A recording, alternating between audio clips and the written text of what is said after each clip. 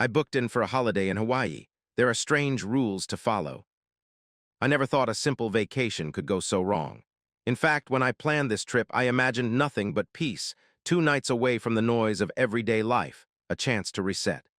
I wasn't looking for adventure, and I definitely wasn't looking for trouble. But trouble has a way of finding you, especially when you least expect it. I booked in Hawaii, a quiet little house nestled deep in the jungle. Nothing fancy, just a simple retreat surrounded by nature. The listing had beautiful photos, warm lighting, wooden interiors, lush greenery outside the windows. It looked perfect. Cozy, secluded, exactly what I needed. The host, a woman named, seemed friendly in her messages. She had tons of positive reviews, guests praising her hospitality and the house's charm. It all felt safe, normal. I needed this escape, a break from everything. I had no idea that stepping into that house would be stepping into something I wasn't prepared for. The first sign that something was off came before I even arrived. I received an email with the subject line, "Important, rules for your stay must read." At first, I barely glanced at it. Every has rules: don't smoke, don't throw parties, clean up after yourself. I assumed this would be the same, but as I scrolled, my casual attitude faded. The list was long, strangely long, and some of the rules made no sense. Lock all doors at 9:00 p.m. sharp. Do not wait a second longer. If you hear any tapping or knocking between midnight and 3:00 a.m., do not answer. Do not open the door. Do not look out the window. If you wake up to any sensation of being watched, do not move. Wait until you no longer feel it. Do not turn on the porch light after sunset. If you find any object in the house that wasn't there when you arrived, do not touch it. Do not look directly at the carving. Email us immediately. Before leaving, sprinkle salt at the 4 corners of the house, and never look back when you go. I stared at the list, rereading certain lines, trying to make sense of them. At first, I laughed. Maybe it was a joke, a weird local superstition, some kind of tradition. The house was deep in the jungle, so maybe had reasons for these rules, something about wildlife, burglars, or just keeping the place in order. It felt strange, sure, but harmless. I figured I'd follow them, if only out of respect. Besides, what was the worst that could happen? But then the night began, and everything changed. I arrived in the late afternoon, and the moment I stepped out of the car, I felt the quiet. Not the peaceful kind, but the kind that makes you hesitate. Still, the house was beautiful, even more so than the pictures had shown. Wooden beams stretched across the ceiling, the open windows let in a warm breeze, and beyond them the jungle whispered with the rustling of leaves. The air was thick with humidity, carrying the scent of damp earth and blooming flowers. It was the kind of place that should have made me feel at ease, and at first it did. I unpacked slowly, placing my bag near the bed, my toiletries in the bathroom, my phone on the nightstand. Every movement felt strangely heavy, as if I were sinking into the house's stillness. For a while, I just stood in the center of the room, absorbing it, the weight of silence, the weight of being alone. It was different from the usual solitude I craved. It wasn't peace. It was something else. Then, as the sun began to dip beyond the trees, the feeling grew stronger. The air inside the house felt different, thicker, as if the walls themselves were pressing in, waiting. I glanced at the clock. 8:45 p.m. The rule came back to me suddenly, uninvited. Lock the doors at 9:00 p.m. sharp. Do not wait a second longer. I swallowed hard, shaking my head at my own nerves. It was just a precaution, right? Maybe the host had a reason, wild animals, or maybe just overly cautious house rules. Either way, I wasn't about to test it. I double-checked the windows, shut the back door, and turned the lock on the front door at exactly 8:59 p.m. Settling onto the couch, I tried to shake the unease. Nothing had happened. Nothing would happen. I scrolled through my phone, let a movie play in the background, told myself I was just overthinking, and for a while it worked. The night passed without incident, until I woke up to a sound that sent a chill straight through me. Knock, knock, knock. 3 knocks on the front door. Slow, deliberate. My breath caught in my throat, my body locked up. If you hear any tapping or knocking between midnight and 3:00 a.m., do not answer. Do not open the door. The words from the email slammed into my head like an alarm. I clenched my jaw, forcing myself to stay still. The knocking continued, not frantic, not demanding, just patient, knock, knock, knock.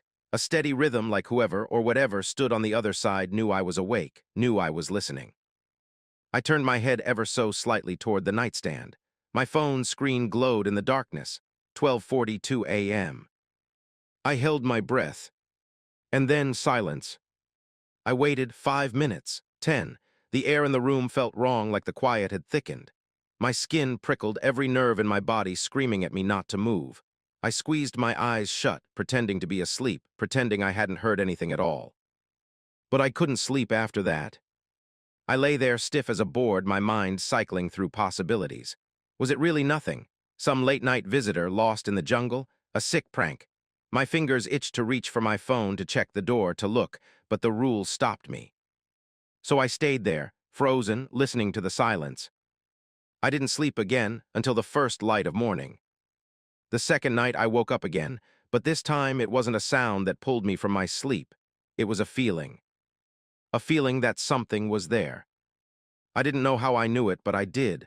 I could feel it standing just inches from my bed, watching me.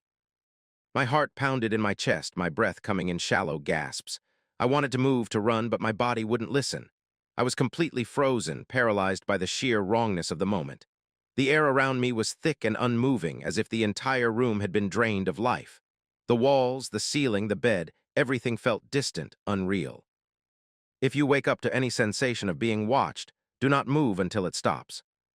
The words from the rules echoed in my mind. I squeezed my eyes shut and forced myself to obey. Seconds stretched into eternity. My fingers twitched, desperate to grab the blanket, to shield myself from whatever was there. But I didn't move, I didn't breathe, I just waited. Then, just like that, it was gone. The air shifted, like a weight lifting from my chest.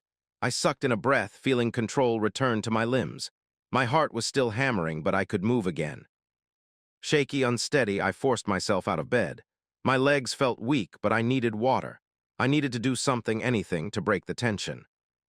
I made my way to the kitchen, gripping the counter for support. The coolness of the tile beneath my feet grounded me, made me feel human again. But as I passed the living room, I saw something that made my stomach drop. There was something on the coffee table. A small wooden carving. I stepped closer, my breath hitching.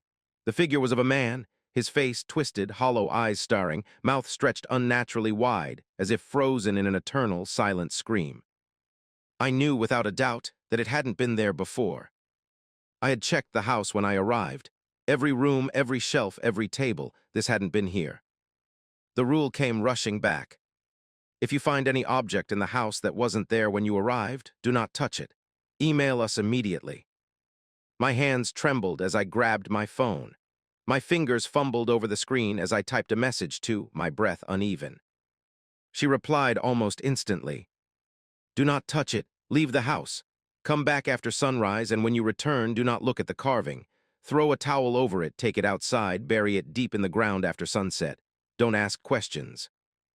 I didn't need convincing. The moment I read those words, I was out the door. I didn't care how ridiculous it felt. I just ran. I stayed away until the sun had fully risen. The jungle was eerily quiet when I returned, and my hands were still shaking as I pushed open the door. The carving was still there. I forced myself not to look at it directly. I grabbed a towel from the bathroom, draped it over the figure, and lifted it with careful, trembling hands. Even through the fabric, it felt wrong, too cold, too heavy for something so small. I walked deep into the jungle after sunset, my heart hammering with every step.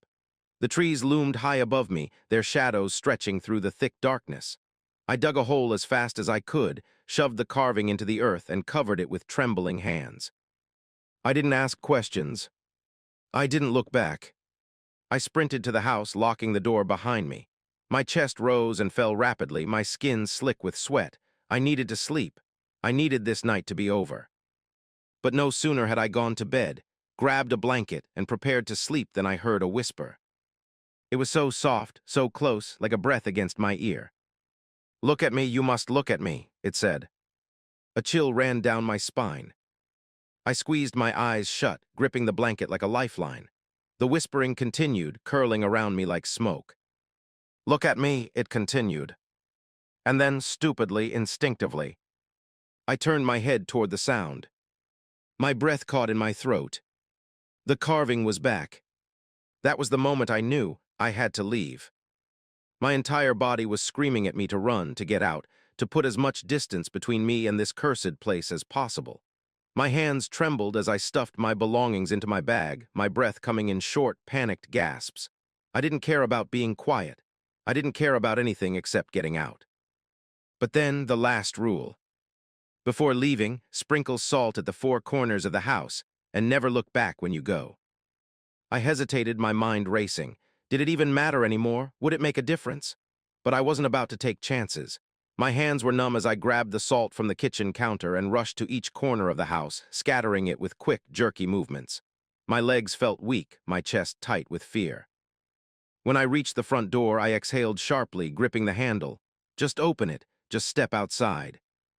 I twisted the knob. Nothing. I tried again, harder this time. The door didn't move. A sharp jolt of panic shot through me. I yanked at it, my breath hitching as I threw my weight against the wood. It wouldn't budge. Then, I heard a sound behind me. A soft, almost delicate rustle. The hairs on my neck stood on end. Every part of me screamed, "Don't turn around," but I did. And there it was. The wooden carving, sitting in the middle of the floor, facing me.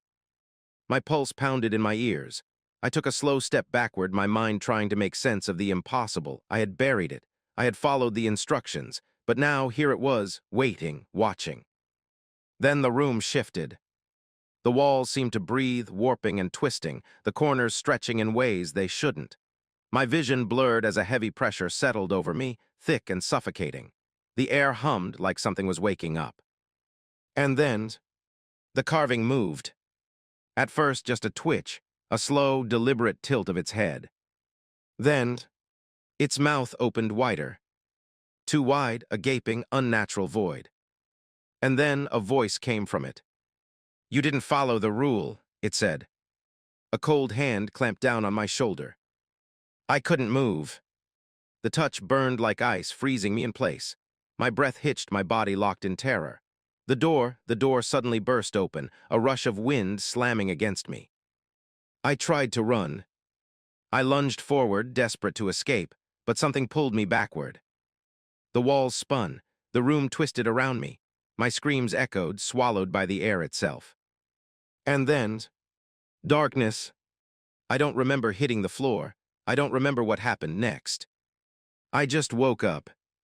Morning light poured through the windows, painting the house in soft gold. For a moment, I thought it had all been a dream, but the cold sweat on my skin, the racing of my heart, it was real. I didn't waste a second. I grabbed my bags and bolted for the door. This time it opened with ease. The jungle outside was quiet, the world peaceful again. But I didn't look back. Not once. Never explained the rules, I never asked. And when I checked the listing a few days later, it was gone. Like it had never existed. I wanted to forget, I needed to forget, but this morning, a new email appeared in my inbox. From, "The house remembers you, it will call you back soon." Thank you for watching. If you enjoyed this video, don't forget to hit the subscribe button for more videos like this.